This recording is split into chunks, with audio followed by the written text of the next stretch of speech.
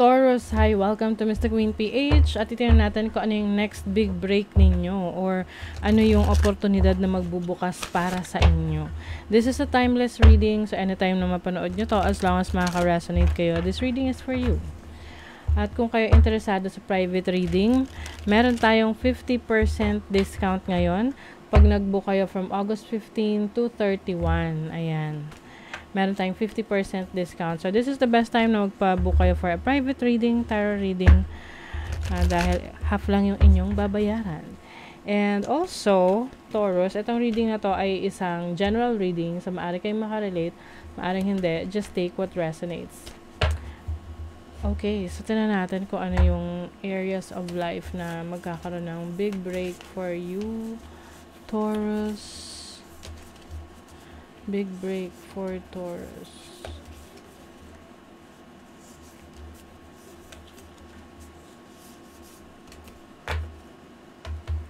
Ano ang next big break opportunity na magbubukas for Taurus?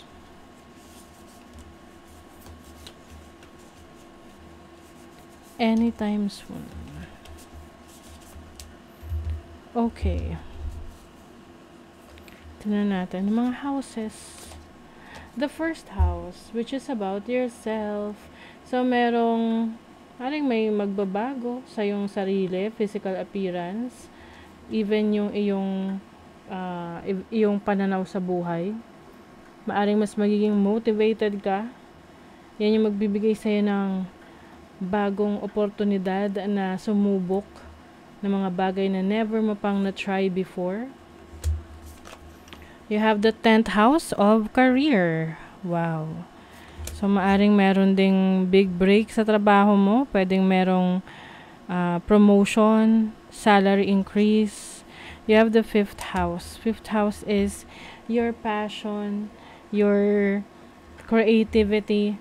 So, ang nakikita ko rito, Taurus, yung creative side mo ay magiging career mo na. Oo, yan yung oportunidad na magbubukas para sa'yo.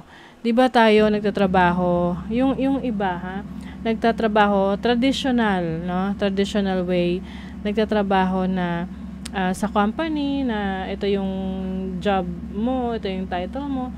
At yung iba naman, para silang self-employed or talagang self-employed kasi yung talents and skills nila, yun yung minomonetize nila. Halimbawa, magaling ka mag-painting, magaling ka magluto, magaling kang mag-drawing, marami kang talent, ganon. So, pwede mo siyang gawing source of income. So, yun yung nakikita ko nagbubukas na oportunidad para sa inyo. Yung iba naman, maaring may mga attraction, no? May maa-attract kayong romantic connection kung kayo ay single. Pero 'di ba kahit na may relationship na may naa-attract pa rin. So mag-ingat syempre sa mga complicated na relationship. You have the moon. This is your instinct, your intuition, your emotions. So maaring iba sa inyo may magbubukas na oportunidad na kung saan doon ka passionate. Kumbaga ginagawa mo siya dahil gusto mo, hindi dahil sa kung magkano yung kikitain mo doon. It's more on working, pero parang hindi mo nararamdaman na nagtatrabaho ka dahil passion mo yung ginagawa mo. So, may naririnig kayong maingay na na motor. Itong kapitbahay namin, siya parang big bike, oo. So, bago gamitin, ino-on na niya ang ingay. Nakaka-distract. Okay, anyway. You have Saturn. Saturn is karma. This is also rewards and recognition.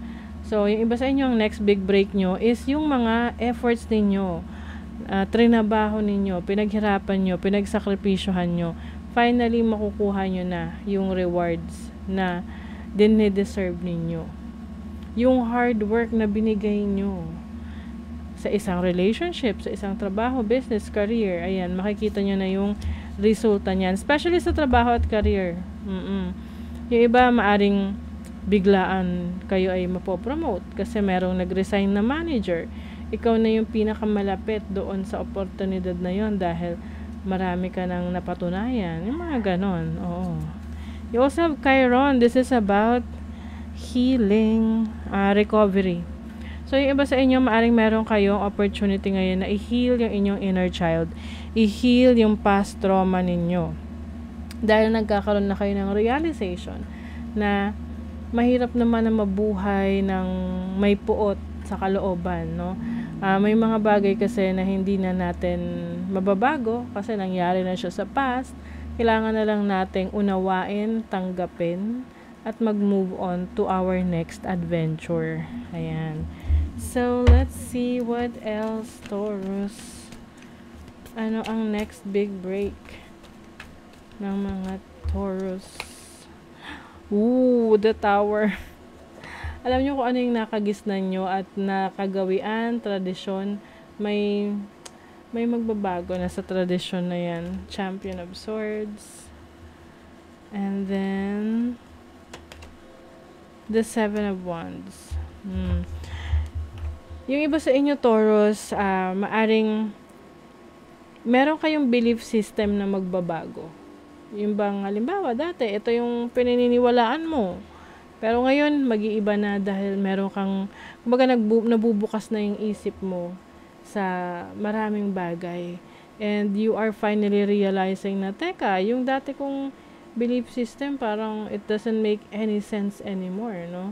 So that's why things are going to change for you.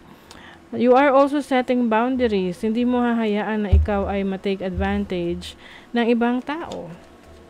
Dahil sa kabutihang pinapakita mo. You may also be cutting off connections that are no longer serving you. Yung tipong parang hindi mo na kailangan or hindi na siya, relatable, ganon. What is the Tower? The Fool. Oh, okay. Nako, itong pagbabago na to, yung iba sa inyo, may resistance. Okay? Parang isip nyo, ayoko, wag na. Hindi ko na to itutuloy, wag na, ganon. Or, may mga plans kayo na somehow, nagwo-worry kayo na baka hindi na to maging successful. Pero kasi, whatever is changing right now for you, inililid ka nito sa new beginning. Wag mong pigilan yan. Oo.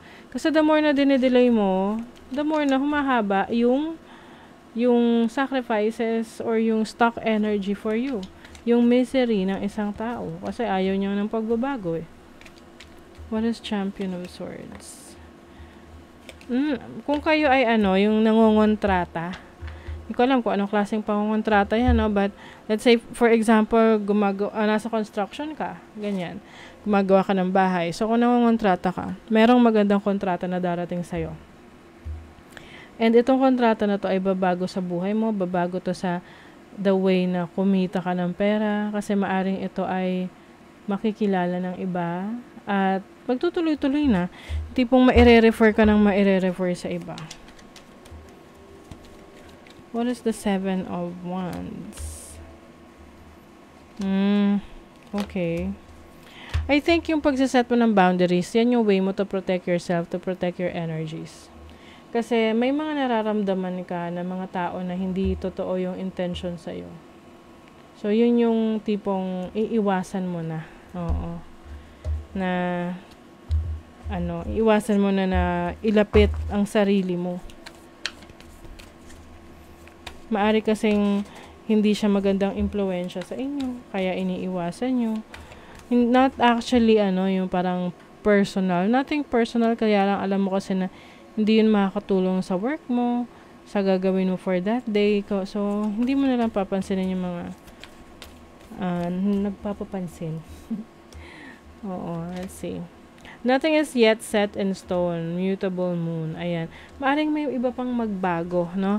Yung iba kasi, halimbawa sinabi na, oy, wala na magbabago sa buhay mo, hanggang dyan ka na lang. Ayun, mali yun. Kasi wala naman silang alam sa pwedeng mangyari, like swerte sa buhay mo, no, na darating. Huwag mong paniwalaan sila. Be bold and make the first move. Ayun. So, kung gusto mo talaga may magbago, kailangan din, malakas ang loob mo na mag-initiate. Like, take that first step.